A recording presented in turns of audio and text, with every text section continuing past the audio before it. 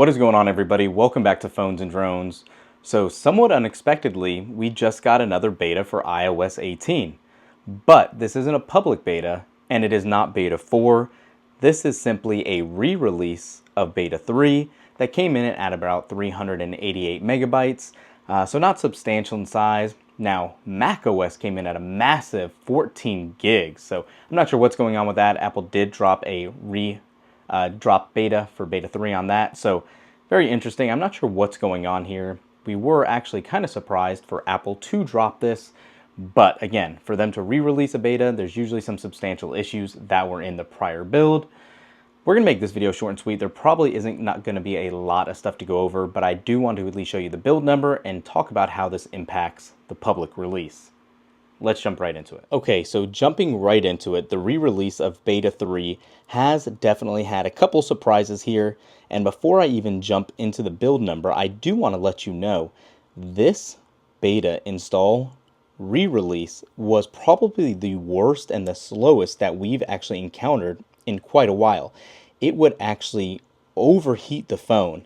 And not only that, but it was the most laggiest, frame drop ridden install that we've had in a long time. It was very interesting. Comment down below when you install it if you had any issues similar.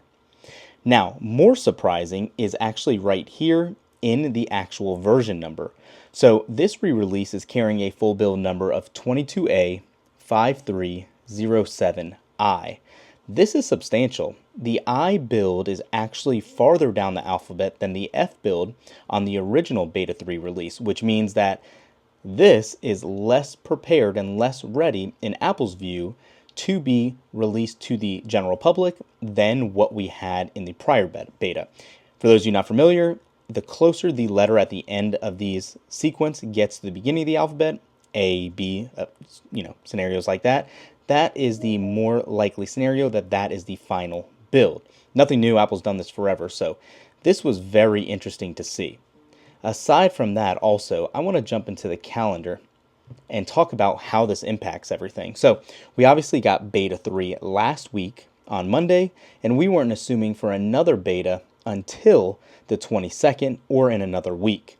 Since we got this re-release today, where we were expecting possibly a public release of beta 3, yeah, this is going to probably delay that build until next week. So beta 4 on July 22nd is more likely when we are going to see the public beta, the first public beta of iOS 18, and that will come alongside iOS 18 beta 4. Again, this is just what we're assuming, following Apple's somewhat typical release cycle, and them saying that we were going to get a public beta in July. That's kind of what we're alluding to. Apple can also throw us a curveball and still provide that on the 16th, which is tomorrow.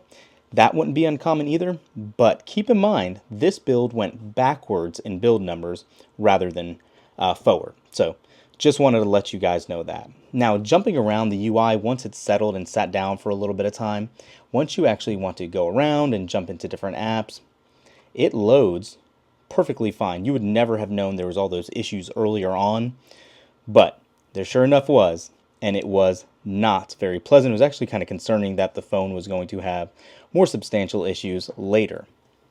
So you can see jumping around again, everything is working as you would assume, luckily. There's not been anything else that we've noticed. It is, again, somewhat smooth now that everything's settled down. No reason to go on a tangent about this video too much. Just wanted to let you guys know what was going on. Comment down below, have you had any issues if you installed it, or are you still looking forward to getting the public beta of iOS 18? Thanks for watching, guys. We'll catch you in the next one. Peace.